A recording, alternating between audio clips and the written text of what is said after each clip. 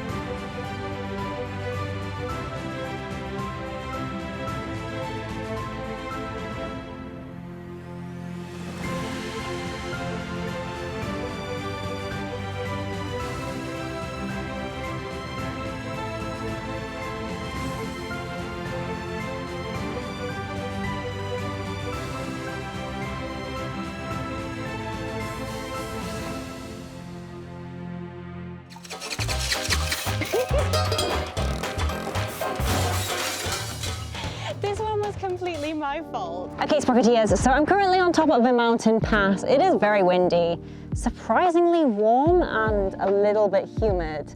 Don't know what's going on with the weather. It's usually horrific this time of year in Scotland, but I've gotten pretty lucky. And this is one of the reasons I wanted to jump on the bike and come up, is because I knew if I didn't get here, the weather's only going to get worse as the seasons progress. Now, my plan of action for the rest of the day is to go and find something to eat because I'm really hungry. And then I'm going to go and find some water as well.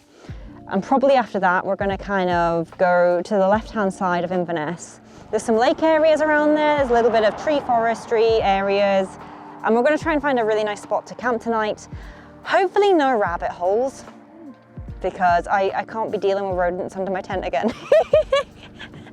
It was so awful. Anyway, I'm really happy. I'm really enjoying myself. It's an absolutely beautiful place. I'll probably get the drone out before I head off, because why wouldn't you with scenery like this? It is incredible. Oh, I'm so glad I came. I genuinely am. It's been a bit of a nightmare getting up here and all of that, but I'm just so unbelievably happy. I feel so great. And it's Scotland. It's really great, I guess. Yeah, we'll gear up, get the drone up, take some photographs, all that malarkey, and then we'll head off again back on the road. So let's go.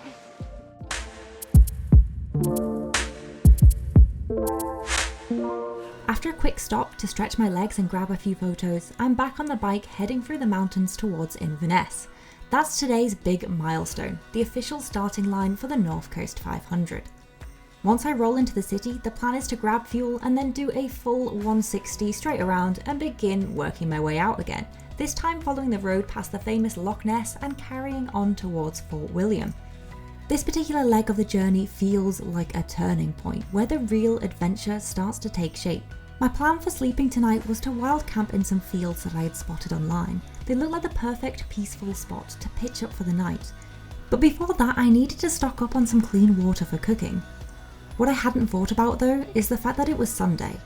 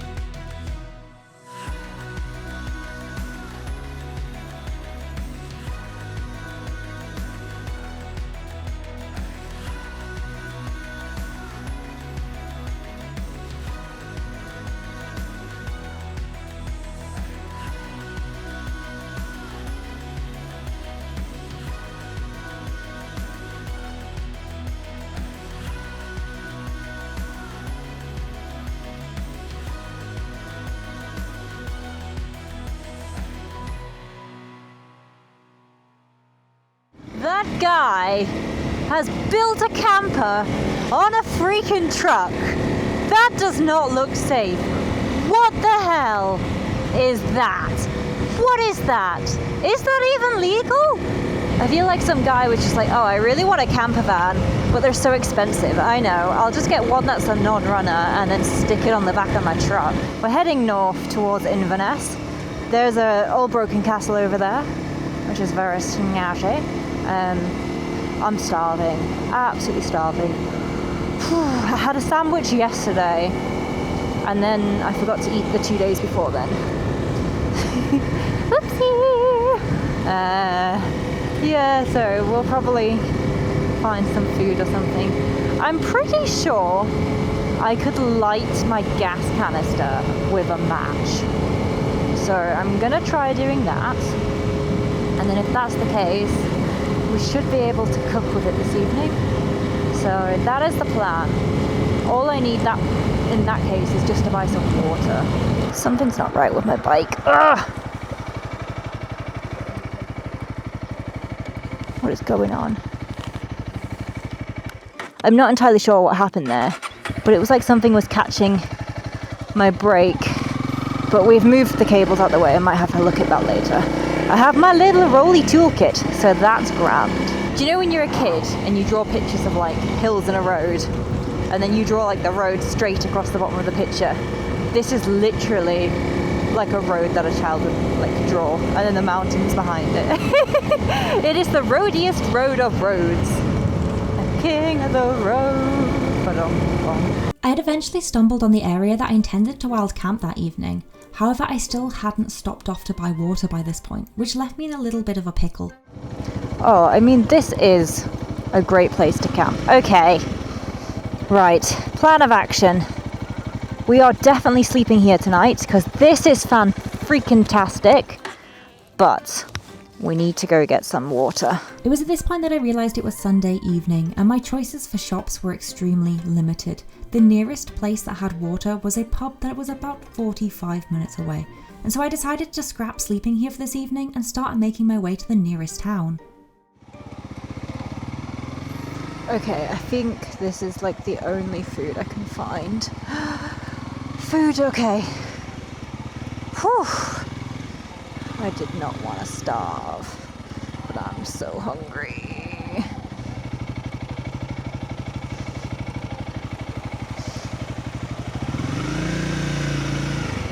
What?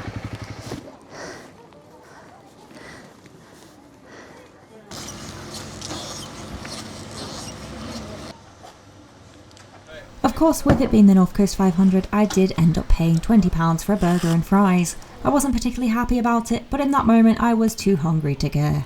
Okay, let's be the judge of my £20 burger.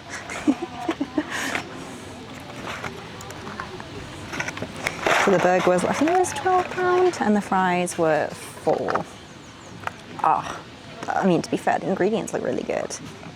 Oh, I love a good smash burger. I'm so hungry. By this point it was 9 PM and I decided to give up finding a picturesque place to sleep and opted for the old throw your tent up at the side of the road method. Luckily all the tourists had now left and I was planning to get up very early, which means I had a lot of picnic areas at my disposal. I travelled a few miles around the lake and eventually spotted a picnic bench that would be the perfect sleeping patch for the evening. It says no tents. Feral pigs have been seen in this area. The bins are full. Right, in that case, let's freaking sleep here. Fuck it. Hip. Whoop.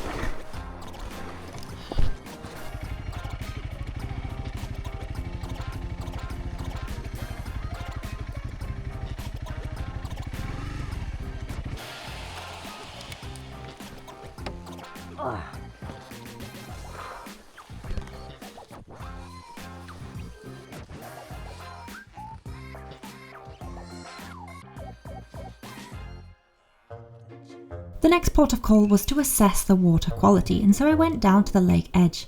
I hoped to find a stream that ran into the lake, but I had no luck. Now, this is definitely one of those do as I say and not as I do situations. Even though the water looks clean, lakes actually contain a lot of waterborne pathogens. And it had been a hot day, and so the Loch Ness had a green tinge to it, which suggests an algae bloom. Algae contains dangerous toxins that cause water poisoning, diarrhea, and a bunch of awful illnesses. And actually, a basic life straw, whilst it can filter out bacteria, it can't filter out toxins. You also can't boil away toxins as well. I didn't know this at this point, and so I figured, there's no risk, I have a life straw, and I went ahead and drank the lake water. But truthfully, in hindsight, I got very lucky because I could have actually made myself really sick. So absolutely do not do this. If the water is green or has a slight green hue, avoid it entirely.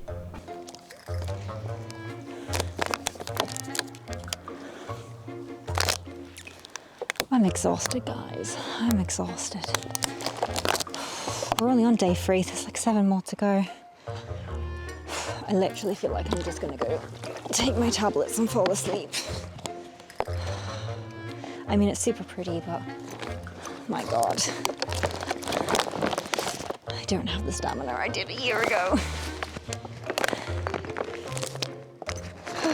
Let's hope my life straw still works. Otherwise, we're going to bed with a nice full taste of water poisoning.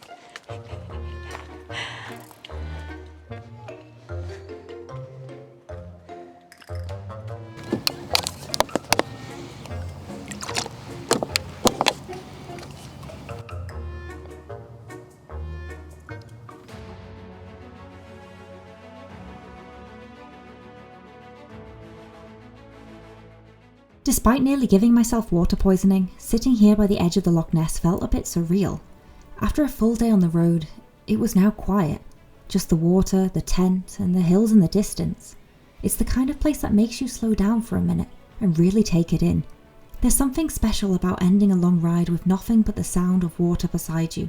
There's no big plans for this evening, no need to cook, no need to boil water. All I needed to do was just sit here and watch the light fade and appreciate being out here in the middle of it all.